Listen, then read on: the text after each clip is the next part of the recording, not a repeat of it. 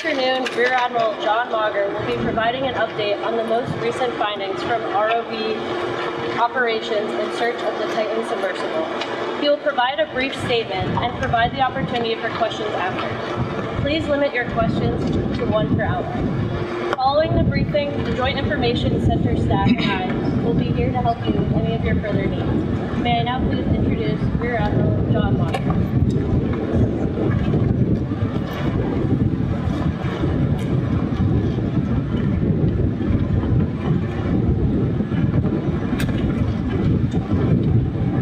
This morning, an ROV, or remote operated vehicle, from the vessel Horizon Arctic discovered the tailcone of the Titan Submersible approximately 1,600 feet from the bow of the Titanic on the seafloor. The ROV subsequently found additional debris. In consultation with experts from within the Unified Command, the debris is consistent with the catastrophic loss of the pressure chamber. Upon this determination, we immediately notified the family. On behalf of the United States Coast Guard and the entire Unified Command, I offer my deepest condolences to the families. I can only imagine what this has been like for them, and I hope that this discovery provides some solace during this difficult time.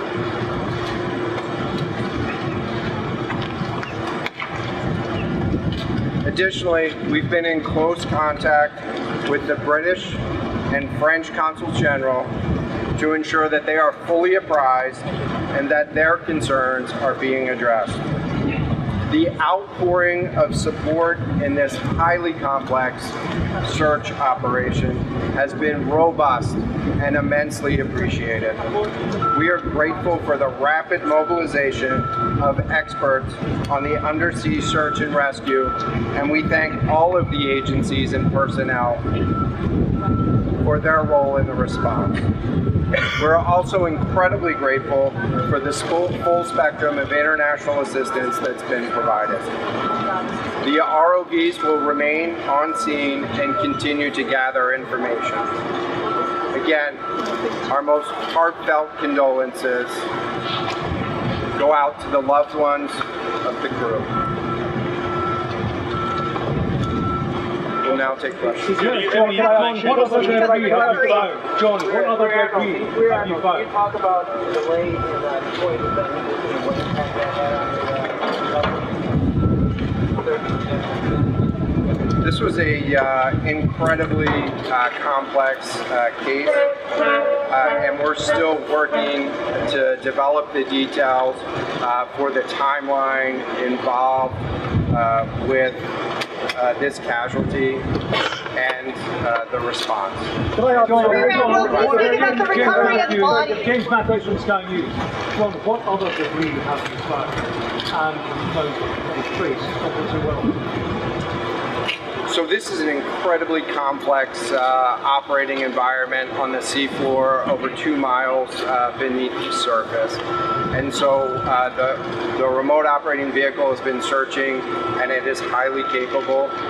And we've been able to classify parts of the pressure chamber for the Titan Submersible. Let me refer to one of my undersea experts here, Mr. Paul Hankin, to talk about the nature of some of the debris.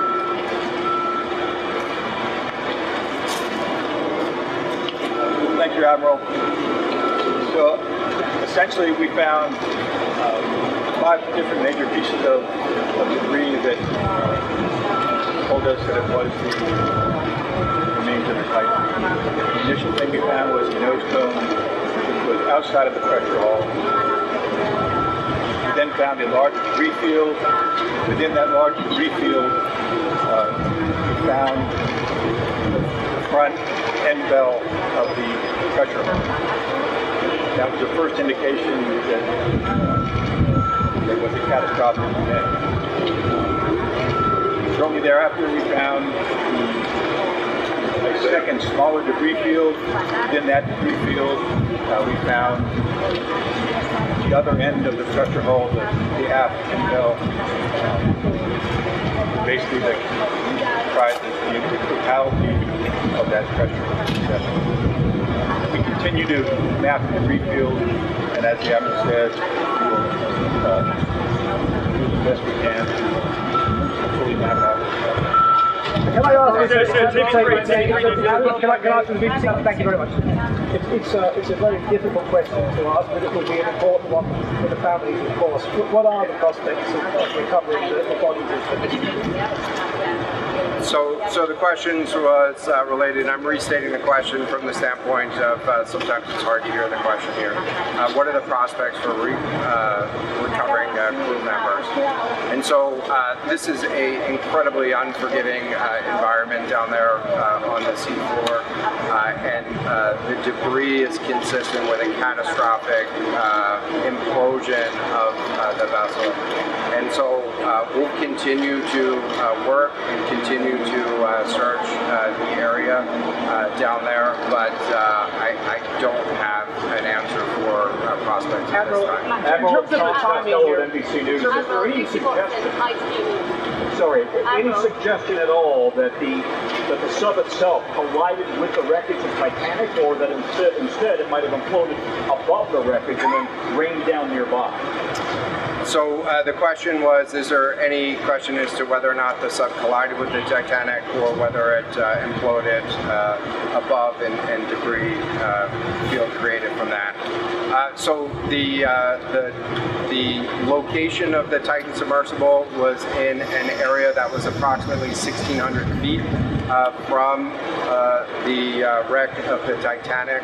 I have an expert here that is familiar with that area and can talk about the debris field and what the debris field indicates in terms of where the casualty may have occurred. Rear Admiral, really quickly, can you tell me when that massive fleet will be called back? Hang on a second. The expert voice is coming up then for the question. Thank you, Admiral. So the question is, where does the wreck lie in relation to the Titanic? I didn't hear the Admiral's answer. I think 1,600 feet. Is that correct, Admiral? Yep. So that's off the bow of Titanic. It's in an area where there is not any debris of Titanic. It is a smooth bottom. To my knowledge and anything I've seen, there's no Titanic wreckage in that area. And again, 200 plus meters from the bow.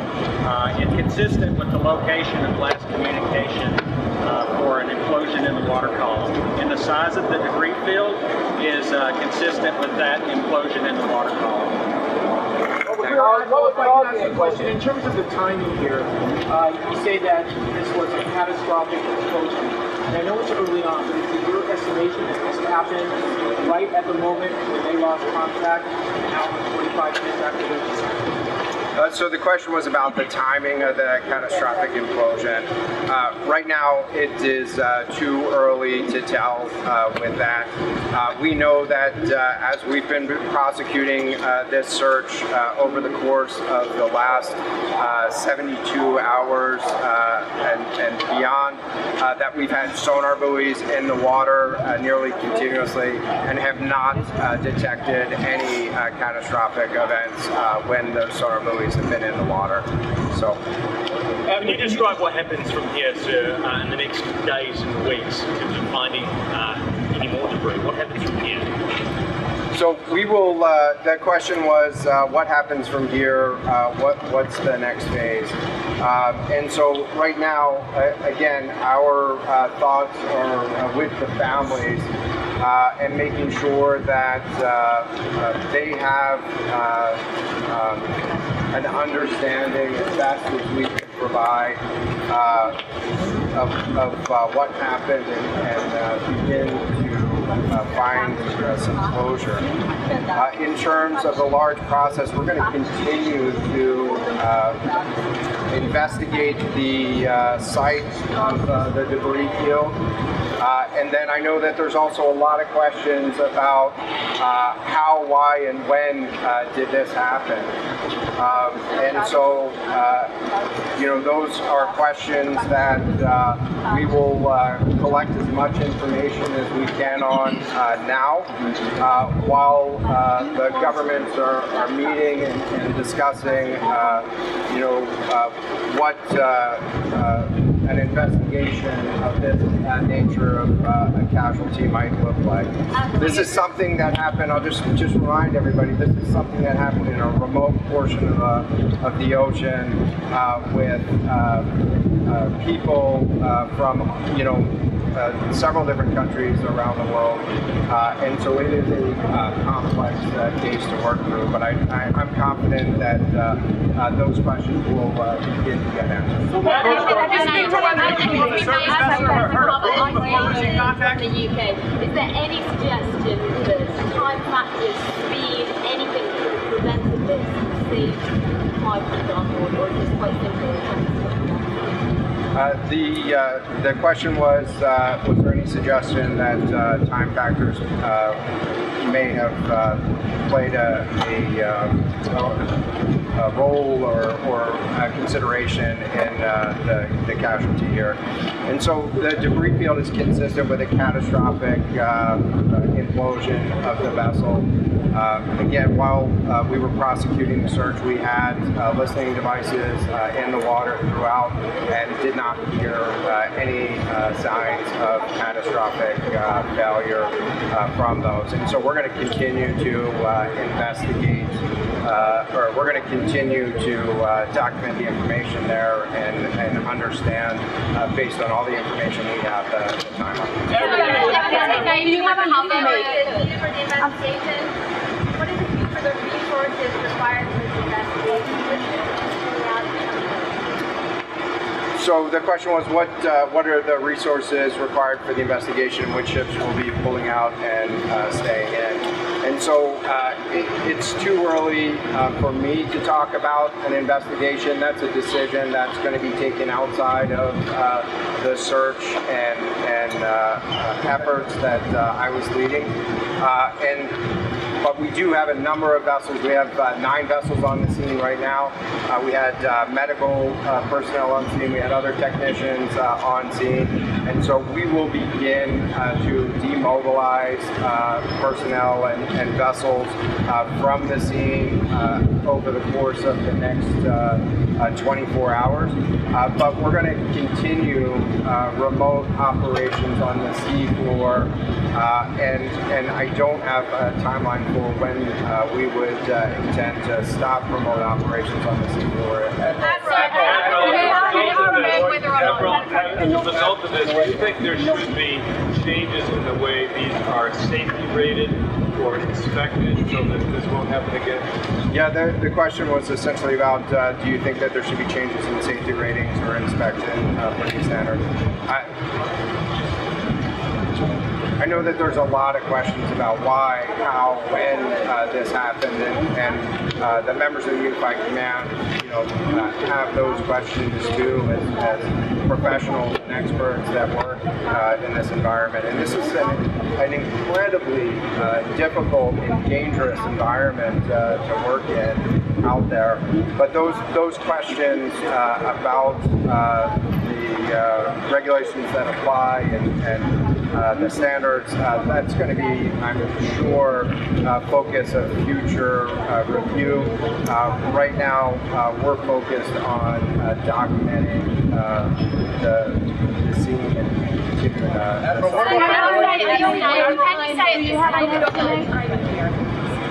You don't know the timing here, but there was the banging incident that was directed towards our area.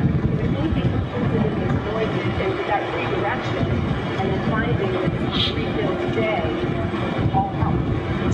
So throughout the search efforts, we reacted to the information that we had available to us, and while we continue to send it off for deeper analysis. Again, really complex operating environment for us to work in.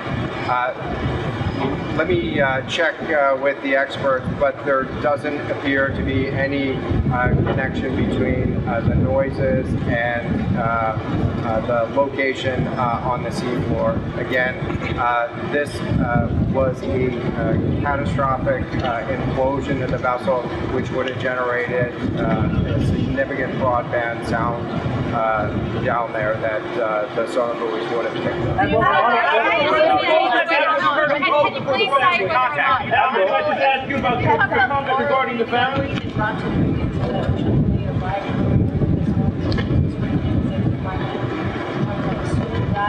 And also, were all of the assets involved as quickly as possible in the area? Has any help turned away from lawmakers criticizing them? This was a incredibly complex operation, and we were able to mobilize an immense amount of gear to the site in just a really remarkable amount of time, given the fact that we started without any sort of vessel response plan for this or any sort of pre-stage resources. And so the equipment that was brought on site this morning that we were using was a pelagic ROV capable of operating at 6,000 meters, cameras, sonar, other articulating arms and resources on it. And it, we had to transport it here through C-17 aircraft. This is 2 aircraft that it took to get this up here. And so we've really had the right gear on site and worked as swiftly as possible to bring all of the capabilities that we had to bear to this search and rescue effort.